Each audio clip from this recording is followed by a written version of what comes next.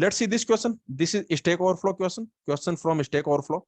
The question is saying that a relation R A B C D is given to you and the functional dependencies are given to you.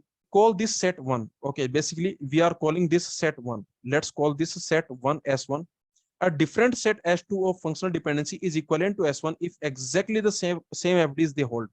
Okay, now which of the following is equivalent? So in this type of question, what you have to check? I told you the method. What is the method? Take every option and check, does it cover this, does it cover this, yes or no? For example, let's focus on this option.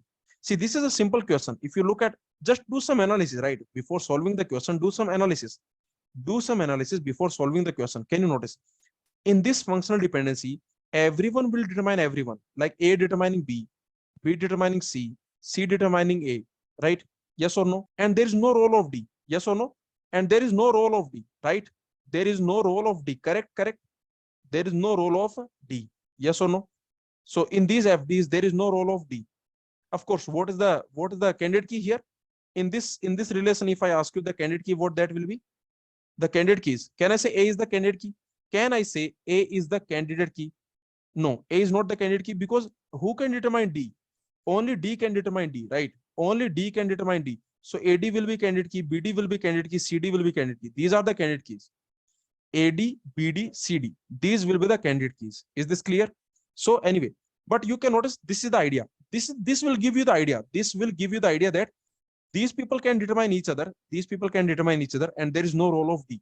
So here, if you notice, A cannot determine C, right? Yes or no? A cannot determine C. So this is not equivalent because A cannot determine C. So this option A is not equivalent. What about the next? What about this one? What about this one? This, you can notice, A can determine B, A can determine C. Okay, A can determine B, A can determine C. C can determine A and C can determine B. In this, what you can see? You can notice B cannot determine A comma C. Yes or no? B cannot determine A comma C. B cannot determine A comma C. So this is also not equivalent. What about this one?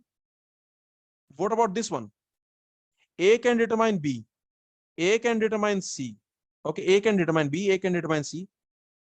B can determine A, B can determine C. Again, the same thing happens here. What C can determine, right? Yes or no? Again, you can notice C cannot determine A comma C, A comma B. Yes or no? Is this clear? So this is also not correct. What about this last one? C determine B, B determine A, and A determine C. This is correct, right? This is equivalent. Yes or no? This is equivalent to S1. Because C can determine B, B can determine A can determine C. So this is equivalent to S1. Is this clear? Is this question clear to everyone?